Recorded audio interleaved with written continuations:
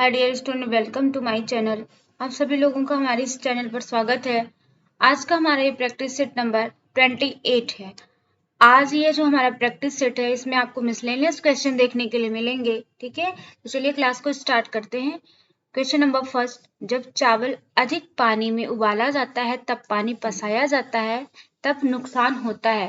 जब हम चावल को अधिक पानी में उबाल देते हैं और उबालने के बाद जब पानी ज्यादा हो जाता है तो हम उसके पानी को क्या करते हैं, पसा देते हैं। पसा मतलब उसको पानी को जो है वह अलग कर देते हैं। उससे किस चीज का नुकसान हो जाता है?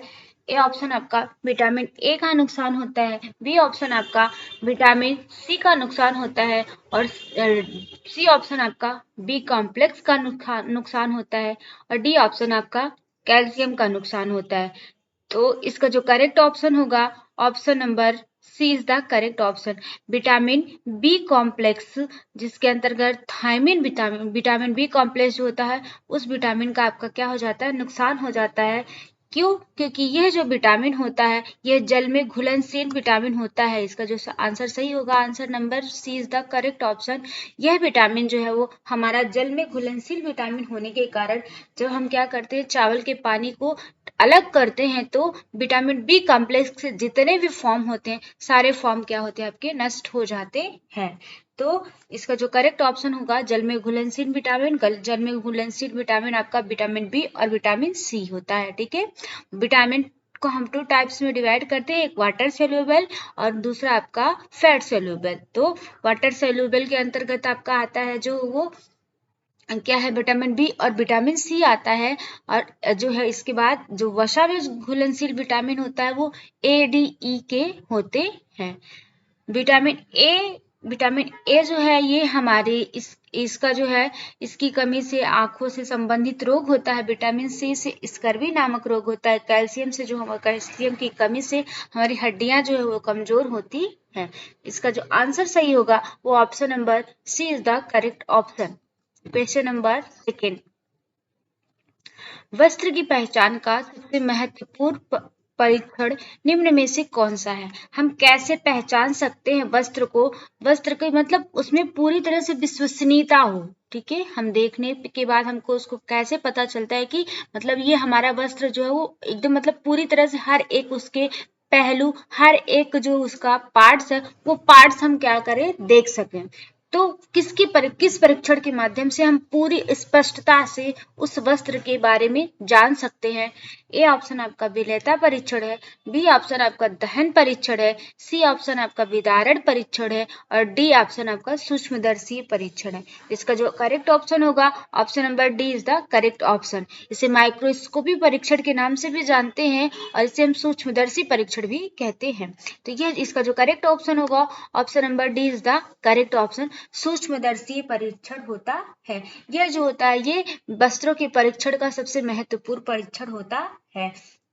इसमें हम क्या करते हैं, विभिन्न प्रकार के रेशों के का सही प्रकार से पहचान कर सकते हैं कि कौन सा कॉटन का रेशा है, कौन सा लिनन का रेशा है, कौन सा आपका जो है वो रेशम का रेशा है, कौन ऊनी रेशा है। पूरा स्पष्ट रूप से क्लियर एकदम दिखाई देता है। जब हम सूक्ष्मदर्शी पर रेशे को रखते हैं परीक्षण करने के लिए तो पूरा एकदम क्लियर स्पष्ट जो है स्पष्टता के रूप में स्पष्टता से यह पूरा दिखाई देता है। इसमें क्या है कि हम जो है वस्त्रों के व्यवहारिक ज्ञान को, जो उसका व्यवहार होता है उसके व्यवहार को भी जान सकते हैं। इसका जो सही आंसर होगा ये ऑप्शन आपका नंबर डी बिल्कुल करेक्ट है। बाकी इन सब परीक्षण में हम थोड़ी सी हमसे मिस्टेक हो सकता है हम उसके उतना अच्छे से इन सब के बारे में जान ना पाए।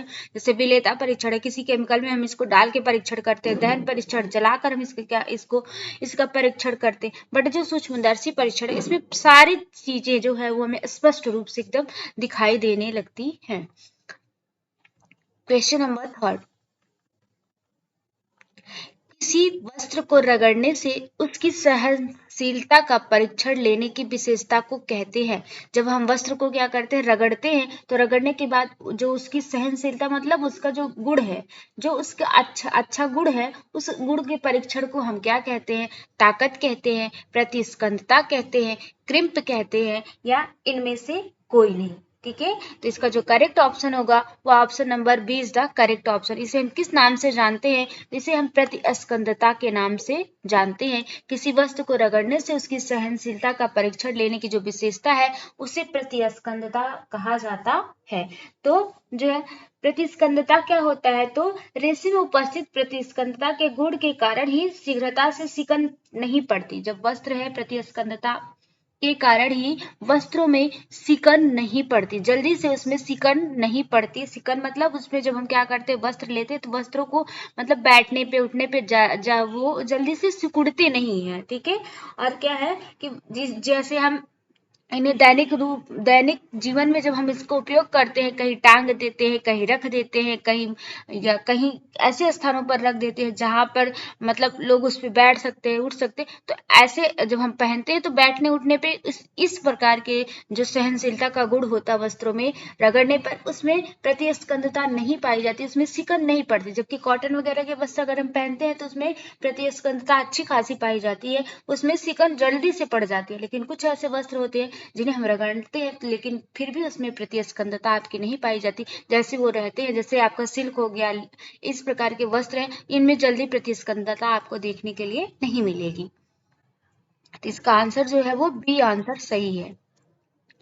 कोए से बीज अलग करने की क्रिया कहलाती है। कोए से बीज अलग करने की क्रिया क्या कहलाती है? ए ऑप्शन आपका बेल कहलाती है, बी ऑप्शन आपका नेपिंग कहलाती है, सी ऑप्शन आपका कार्डिंग कहलाती है और डी ऑप्शन आपका गिनिंग कहलाती है। तो कोए से कपास के बीज हम क्या करते हैं, कपास के पेड़ से जब हम कोए निकालते हैं, ओट्स के नाम से, जिसे हम पोट्स के नाम से जानते हैं, तो जब हम इनको निकालते हैं तो उस कोए से जब हम बीज को अलग करते हैं, बीज को अलग करने की जो प्रक्रिया है इसे हम पार्टिकुलरली एक नाम देते हैं। उस नाम को हम क्या बोलते हैं? तो वह जो नाम होता है आपका गिनिंग कहलाता है। क्या कहलाता है आपका? तो वह जो नाम है आपका वह गिनिंग कहलाता है। कार्डिंग जो होता है ये क्या होता है आपका कंघीकरण। जब रेशे से जब छोटे और बड़े रेशे जब क्या होते हैं आपस में रहते हैं तो कार्डिंग के माध्यम से उनमें क्या की जाती है, कंघी की जाती है, बड़े रेशे अलग हो जाते हैं और छोटे रेशे आपके अलग हो जाते हैं। तो ये क्या है, गिनिंग की प्रक्रिया के माध्यम से हम कोए से बीज को अलग कर सकते हैं। तो कपास के जो कोए हैं बीज व रेशे दोनों से ही में ही उपस्थित होते हैं। कपास के जो कोए होते हैं वो बीज और रेशे दोनों में उपस्थित होते हैं। इसमें गिनिंग मीन्स ओटने का कार्य। गिनिंग क्या होता है? तो ओटने का कार्य होता है जो मशीन के द्वारा किया जाता है। गिनिंग की प्रक्रिया में ओटाई की जाती है और यह ओटाई किसके माध्यम से? मशीन के माध्यम से की जाती है। इस प्रक्रिया में रेशे में जो उपस्थित गिनिंग की प्रक्रिया में रेशे में जो उपस्थित धूल कण होते हैं, पत्ती हो गई, लकड़ी हो गई, छिलके हो गए, बीज हो गए आदि को इस प्रक्रिया के माध्यम से अलग किया जाता है।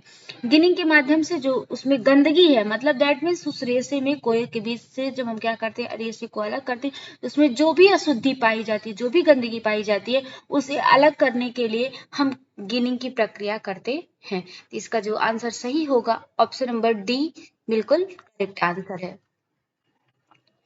क्वेश्चन नंबर 5, रेशम के कपड़े पर कौन सी विशेष परिसज्जा उपयोग की जाती है? रेशम के कपड़े पर इसमें से कौन सी जो विशेष परिसज्जा है वो उपयोग की जाती है? ए ऑप्शन आपका कार्बोनाइजिंग है, बी ऑप्शन आपका वेटिंग है, सी ऑप्शन आपका सल्फराइजिंग है और डी ऑप्शन आपका टेंटरिंग है। रेशम के कपड़े पर कौन सी विशेष परिसज्जा उपयोग की जाती है? तो रेशम के कपड़े पर जो है हम क्या करते हैं, कौन सी वेटिंग की जो प्रक्रिया है वह क्या की जाती है, आपकी की जाती है। तो इसका जो करेक्ट ऑप्शन होगा option number B is the correct option. रेशम के कपड़े पर विशेष रूप से रेशम, क्योंकि रेशम क्या है आपका सिल्क, ये आपके कीड़े से प्राप्त होने वाला कपड़ा होता है, तो इस पे एक अच्छी प्रकार से विशेष प्रकार से स्पेशली जो फिनिशिंग वो होती है इस पे दी जाती है। उस स्पेशल फिनिशिंग को हम वेटिंग के नाम से जानते हैं। इसका जो करेक्ट ऑप्शन होगा option number B is the correct option. इसे हम बेटिंग कहते हैं। सिल्क के रेशे को हम कहाँ से प्राप्त करते हैं? तो इन्हें प्राकृतिक रूप से प्राप्त करते हैं और ये कैसे होते हैं? अत्यंत हल्के होते हैं, इसीलिए इन पर विशेष परिसज्जा की जरूरत पड़ती है। हल्के होने के कारण इस पर हम स्पेशल फिनिशिंग देते हैं और ये क्या होते हैं, इनको क्या है वजनी बनाना, मतलब ये क्या होते हैं जब वजन में हल्के होते हैं तो इनको इनमें परिसज्जा के माध्यम से इन पर वजन बढ़ाया जाता है, इनका वजन परिसज्जा के द्वारा बढ़ाया जाता है। और इसके लिए हम किसका उपयोग करते हैं, जो धात्विक लवण होता है उन धात्विक लवण का प्रयोग करके हम इस परिसज्जा में रेशम के कपड़े पर वजन को बढ़ाते हैं। तो यह जो प्रक्रिया होती है यह वेटिंग के माध्यम से की जाती है। क्वेश्चन नंबर 6, राजमा में उपस्थित ऑक्सलेट एवं फाइटेट किसकी उपलब्धता को अवरोधित करते हैं।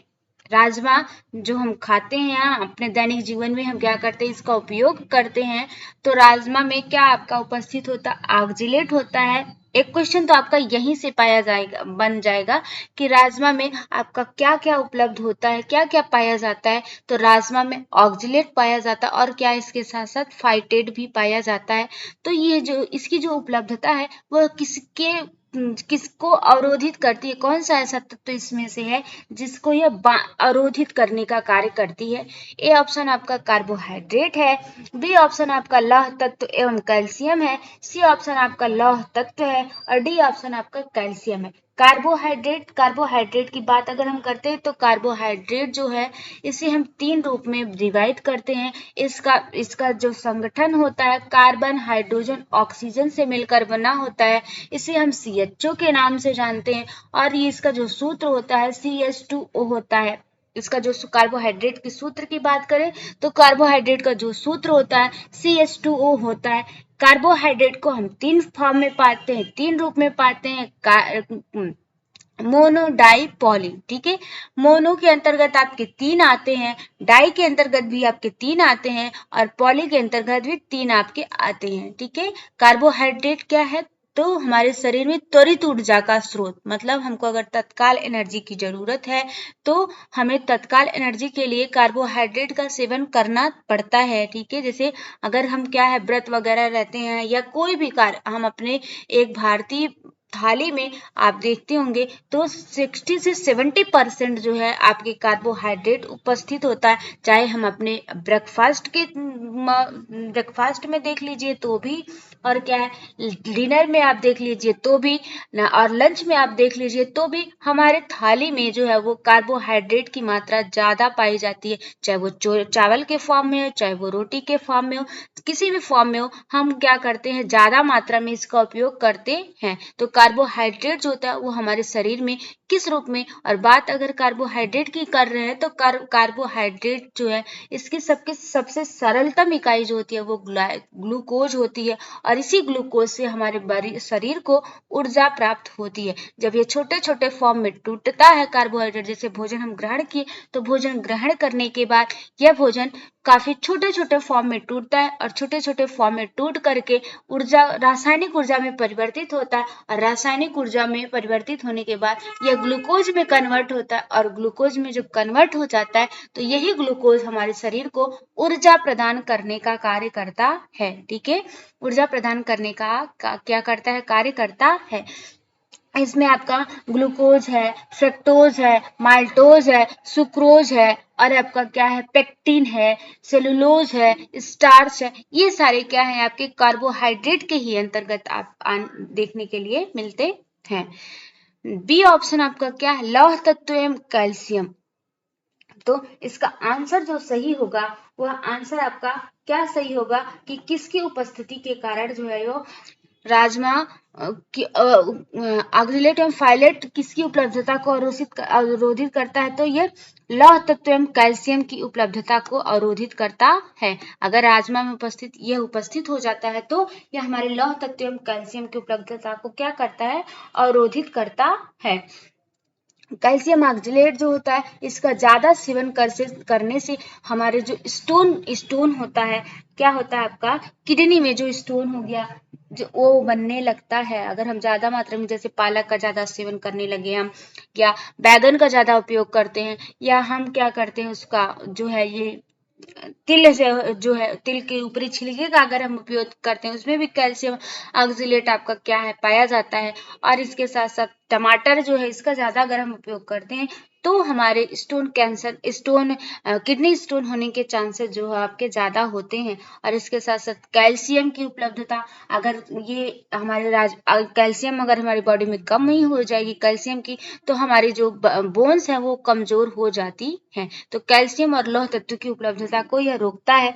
लौह तत्व के कारण ही हमारे शरीर में रक्त का जो संचरण है वो भली प्रकार से होता है। लौह तत्व की उपस्थिति के कारण विटामिन B12 की अगर कमी हो जाती है तो हमें एनीमिया हो जाती है। तो यही जो होता है, लौह तत्व जो है वो प्रचुर मात्रा में विटामिन B12 में उपस्थित होता है। इसका जो करेक्ट ऑप्शन होगा option number B is the correct option.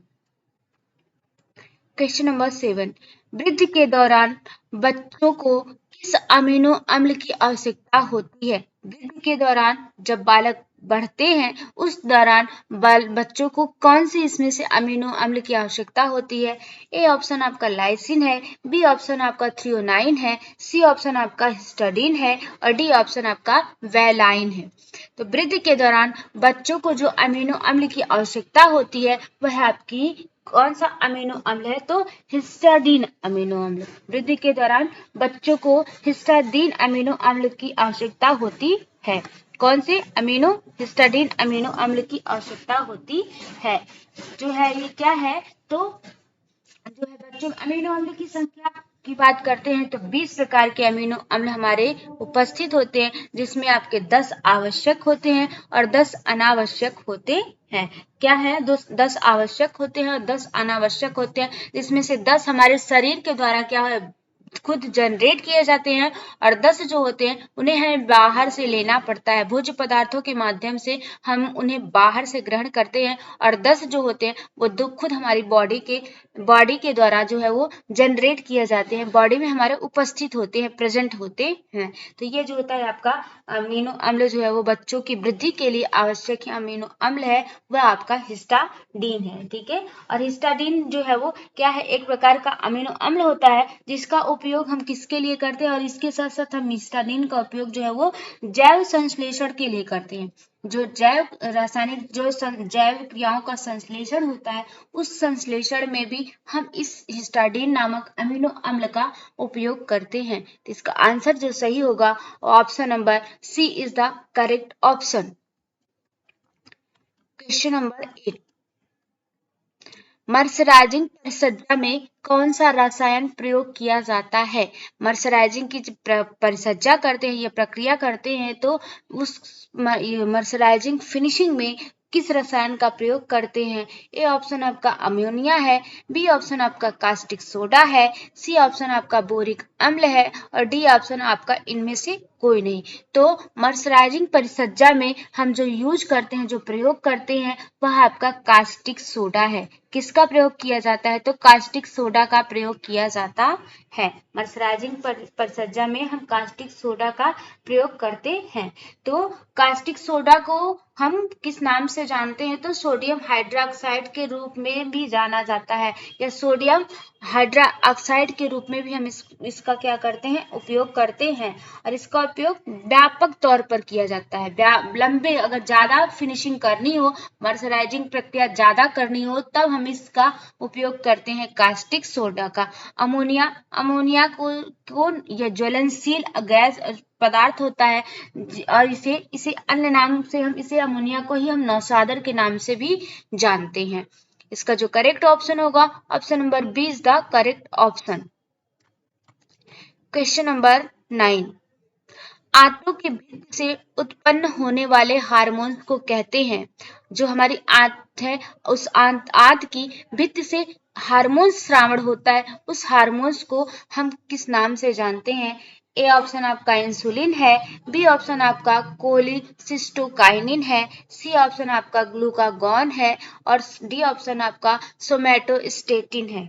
तो जो आंतों की भित्ति से उत्पन्न होने वाला हार्मोन्स है वह हार्मोन्स आपका कोलिसिस्टोकाइनिन है। कौन सा हार्मोन्स? आपका कोलिसिस्टोकाइनिन नामक हार्मोन जो होता है यह हमारी आंतों की भित्ति से स्रावित होने वाला हार्मोन्स होता है।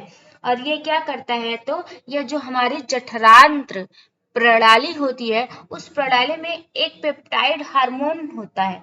पेप्टाइड नामक एक हार्मोन का निर्माण करता है और यह जो हार्मोन होता है वो वसा और प्रोटीन दोनों के पाचन को प्रोत्साहित करने के लिए जिम्मेदार होता है। जो कोलेसिस्टिन नामक हार्मोन्स होता है ये जठरांत्र प्रणाली में एक पेप्टाइड हार्मोन्स के रूप में होता है और यह वसा और प्रोटीन दोनों के पाचन को प्रोत्साहित करता है, मतलब इसके पाचन को बढ़ाने का कार्य करता है। इसका जो करेक्ट ऑप्शन होगा option number B is the correct option. Insulin की कमी से मधुमेह नामक रोग होता है। इंसुलिन की कमी से क्या है, जब हमारे रक्त में इंसुलिन की मात्रा कम हो जाती है तो मधुमेह नामक रोग आपको देखने के लिए मिलता है। बट यहाँ पे पूछ रहा है आंतों की भित्ति में उत्पन्न आपका हार्मोन्स है तो कोलिसिस्टोकाइनिन हार्मोन्स है। क्वेश्चन नंबर 10, निम्न में से किस भोज्य पदार्थ में रेटिनॉल की अधिक मात्रा पाई जाती है? किसमें आपके रेटिनॉल की अधिक मात्रा पाई जाती है? तो ए ऑप्शन आपका कॉड लिवर तेल है, बी ऑप्शन आपका मक्खन है, सी ऑप्शन आपका शार्क लिवर तेल है और डी ऑप्शन आपका माता का दूध है। तो निम्न में से किस भोज्य पदार्थ में रेटिनॉल की अधिक मात्रा पाई जाती है? तो रेटिनॉल की, इसे रेटिनॉल को ही हम किस नाम से जानते हैं? तो रेटिनॉल जो है इसे हम किस नाम से जानते हैं? विटामिन ए के नाम से। इसका रासायनिक नाम की बात करें तो रेटिनॉल जो है वो विटामिन ए का रासायनिक नाम है। तो यह जो सर्वाधिक मात्रा में पाया जाता है शार्क लिवर तेल में यह पाया जाता है। किस में पाया जाता है? तो शार्क लिवर तेल में पाया जाता है। अगर हम विटामिन ए की बात करें तो विटामिन ए जो है प्राणिज भोज्य पदार्थों में ज्यादा पाया जाता है। प्राणिज भोज्य पदार्थों से यह क्या होता है, ज्यादा पाया जाता है और वनस्पति भोज्य पदार्थों में यह कैरोटीनॉइड्स के रूप में होता है। जो वनस्पतिक भोज्य पदार्थ होते हैं उसमें यह विटामिन ए जो है वो कैरोटीनॉइड्स के रूप में होता है। और क्या है, ये क्या है, विटामिन ए जो होता है इसकी खोज मैकालम नामक व्यक्ति ने की थी और इसकी संरचना जो थी वो किसने दी थी? करेर नामक व्यक्ति ने दी थी। और इसे हम एंटीऑक्सीडेंट विटामिन के नाम से भी जानते हैं। विटामिन ए है जिसे हम एंटीऑक्सीडेंट के विटामिन के नाम से भी किया जाता है, आपका जाना जाता है। इसका जो आंसर सही होगा option number C is the correct option. Question number 11, आनुवंशिक परिवर्तन इनमें से होता है।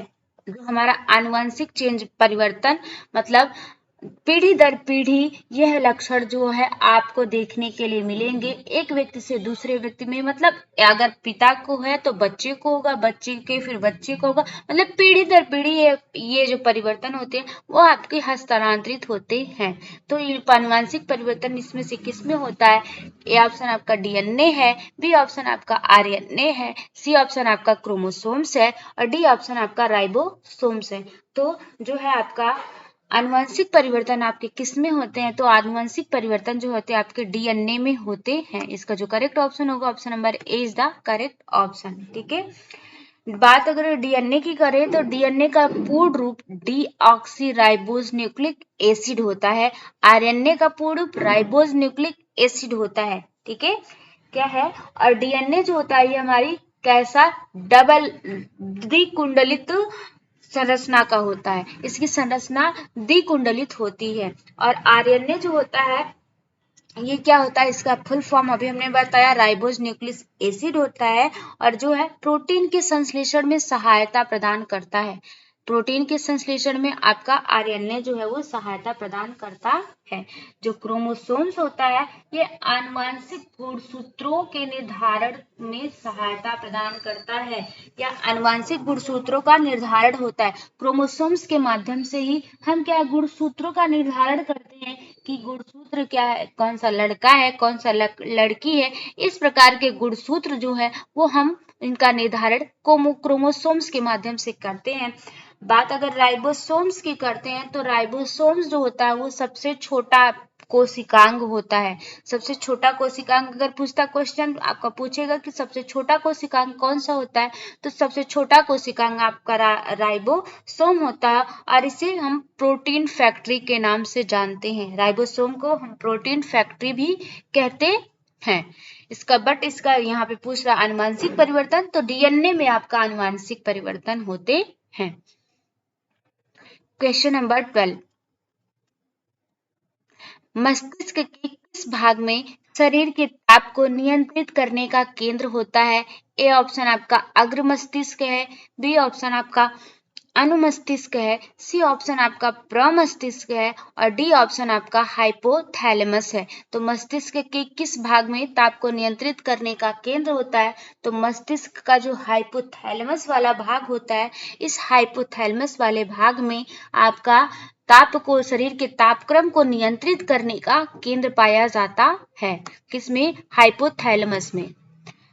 हाइपोथैलेमस में जो है वो क्या है आपका, जो है वो शरीर के ताप को नियंत्रित करने का केंद्र पाया जाता है। और अगर बात हम करते हैं तो हाइपोथैलेमस को हम शरीर का थर्मामीटर भी कहते हैं। शरीर का थर्मामीटर, ये क्वेश्चन आपका यहाँ से भी बनेगा कि शरीर का थर्मामीटर के नाम से किसे जाना जाता है? तो शरीर के थर्मामीटर के नाम से हाइपोथैलेमस को जाना जाता है। इसी हाइपोथैलेमस से भूख, प्यास, निद्रा, प्यार, इन सब का नियंत्रण होता है। हाइपोथैलेमस जब ज्यादा एक्टिव हो जाती है तो हमें इन सारी चीजों को, ये सारी क्रियाएं देखने के लिए मिलती है। बात अगर अग्र मस्तिष्क की जाए, अग्र मस्तिष्क जो होता है ये प्रेरक संवेगों का उद्गम स्थल होता है। जो हमारे जितने भी हमारे प्रेरक संवेग होते हैं, जो संवेग जैसे भूख हो गई, प्यास हो गई, निद्रा हो गई, संवेग जो होते हैं उन संवेगों को नियंत्रित करने का, उन संवेगों को का उद्गम स्थल जो आपका होता है वो अग्र मस्तिष्क होता है। और जो अनुमस्तिष्क होता है, इसका संबंध जो है अंतःकण पेशियों तथा संधियों से होता है। ठीक है, इनका जो विशेषकर संबंध होता है वो किससे होता है? अंतःकण जो हमारे आंतरिक कान होते हैं उनसे होता है, पेशियों से होता है और संधियों से होता है, जिसके द्वारा अंगों से संवेदनाएं जो है उसमें आती हैं। संवेदनाएं जो है हमारे अंगों से मस्तिष्क, अनुमस्तिष्क में जाती हैं कि इनका संबंध कान से, पेशियों से और संधियों से होता है। ठीक है, तो इसका जो करेक्ट ऑप्शन होगा, option number D is the correct option. Question number 30, कोशिका का ऊर्जा गृह है, किसे हम कोशिका के ऊर्जा गृह के नाम से जानते हैं? The power house of the cell के नाम से हम किसे जानते हैं? ए ऑप्शन आपका केंद्रक है, बी ऑप्शन आपका राइबोसोम है, सी ऑप्शन आपका माइटोकॉन्ड्रिया है और डी ऑप्शन आपका लाइसोसोम है। तो जो आपका माइटोकॉन्ड्रिया है, इसे हम कोशिका के ऊर्जा गृह के नाम से जानते हैं। माइटोकॉन्ड्रिया को हम कोशिका के ऊर्जा गृह के नाम से जानते हैं। केंद्रक जो होता है, केंद्रक को, अगर केंद्रक के बारे में हम कुछ डिस्कस करें तो केंद्रक को ब्रेन ऑफ द सेल कहा जाता है। ब्रेन ऑफ द सेल, कोशिका का मस्तिष्क या मैनेजर ऑफ द सेल जो है, हम किसे कहते हैं? केंद्रक को कहते हैं। केंद्रक को brain of the cell, manager of the cell के नाम से जाना जाता है। और क्या है? राइबोसोम जो होता है, ये क्या होता है? सर्वात्रिक कोशिकांग। राइबोसोम का कोशिका का सर्वात्रिक कोशिकांग भी कहा जाता है। राइबोसोम जो होता है उसे कोशिका का सर्वात्रिक कोशिकांग के नाम से जानते हैं। माइटोकॉन्ड्रिया जो होता है ये शरीर, कोशिका को ऊर्जा प्रदान करता है। लाइसोसोम जो होता है इसे आत्मघाती थैली के नाम से जानते हैं। कोशिका का सफाई कर्मी के नाम से भी हम इसे जानते हैं। ये कोशिका का क्या करता है? जब ज्यादा मात्रा में डेड सेल हो जाती है तो ये फट जाता है और फटने के बाद क्या होता है? खुद, मतलब इसे हम आत्मघाती थैली के नाम से जानते हैं। किसे? लाइसोसोम को। इसका जो करेक्ट ऑप्शन होगा, option number C is the correct option. Question number 14, RDA 2020 के अनुसार एक भारतीय महिला का वजन कितना निर्धारित किया गया है? ए ऑप्शन आपका 45 केजी, बी ऑप्शन आपका 50 केजी, यहाँ पे केजी छूट गया है, आप लोग लिख लीजिएगा। 45 केजी, 50 केजी, 55 केजी या 60 केजी। ठीक है, तो आरडीए 2020 के अनुसार एक भारतीय महिला जिसका वजन निर्धारित किया गया है वह कितना है? तो इसका जो वजन है आरडीए 2020 के अनुसार एक भारतीय महिला का वजन जो है वो कितना आपका निर्धारित किया गया है? तो इसका जो वजन है वो आपका निर्धारित किया गया है आपका 55 केजी। कितना? 50 केजी आपका निर्धारित 55 केजी आपका निर्धारित किया गया है। कितना? 55 केजी निर्धारित किया गया है कि एक भारतीय महिला जो होगी, इससे हम कल भी हमने आपको बताया था कि इससे 2 से 2.5 केजी हम अप और प्लस और माइनस कर सकते हैं, ठीक है। बट ये क्या है, हमारी आरडीओ के अनुसार पूछ रहा है, तो आरडीओ के अनुसार जो है वो 55 केजी की जो महिला है उसे स्वस्थ महिला की श्रेणी में रखा जाता है। इसका जो आंसर सही होगा, option number C is the correct option. Next question number 15, भारी कार्य करने वाले पुरुष के लिए आरडीए 2020 में प्रोटीन की कितनी मात्रा निर्धारित की गई है? ऐसे व्यक्ति जो क्या हैवी वर्क करते हैं, भारी कार्य करते हैं, उन भारी कार्य को करने वाले व्यक्तियों के लिए आरडीए 2020 में कितनी प्रोटीन की मात्रा जो है आपकी निर्धारित की गई है? ए ऑप्शन आपका 54 ग्राम पर डे, बी ऑप्शन आपका 55 ग्राम पर डे, सी ऑप्शन आपका 56 ग्राम पर डे और डी ऑप्शन आपका 57 ग्राम पर डे। ठीक है, इसका जो करेक्ट ऑप्शन होगा option number A is the correct option. 54 gram per day इसकी मात्रा क्या है, निर्धारित की गई है। तो इसका जो करेक्ट ऑप्शन होगा option number A is the correct option. 54 gram per day यह मात्रा आपकी निर्धारित की गई है। ये रहे हमारे आज के 15 क्वेश्चन। नेक्स्ट सेशन में फिर हम आपके समक्ष आएंगे महत्वपूर्ण प्रश्नों को लेके। तब तक के लिए thank you so much, take care, bye bye. Thank you so much for watching this video.